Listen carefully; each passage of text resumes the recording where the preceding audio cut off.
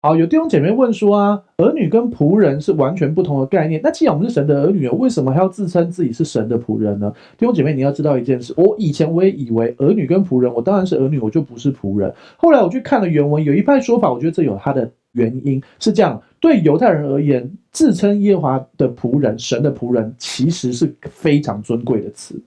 后来我就去思想到底是怎么回事。比如说，好，我讲我真实的例子，大家知道我之前的健身教练是周杰伦的健身教练吗？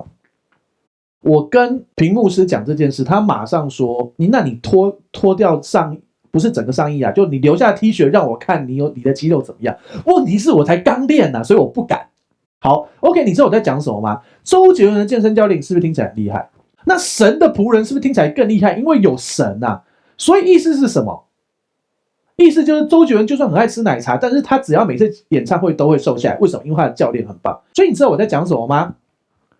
自称神的仆人是很尊贵，甚至于可以说是最尊贵的旧约的词。但是你要知道，没错，儿女跟仆人差别，我们以为仆人就是佣人，不是的，这个是服侍主的人，是很荣耀的。所以简单这样说，就很像好清朝来说，好，你是贝勒爷，你是亲王，你是格格，你在大朝，你在大的朝廷的状况之下，你还是要自称臣，然后称皇帝为，不是叫父皇哦。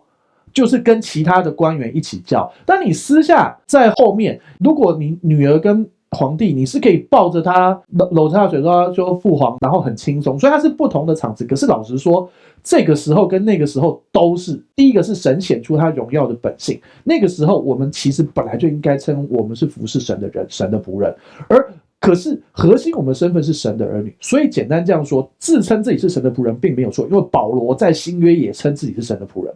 所以要懂得这件事，希望你回答你的问题。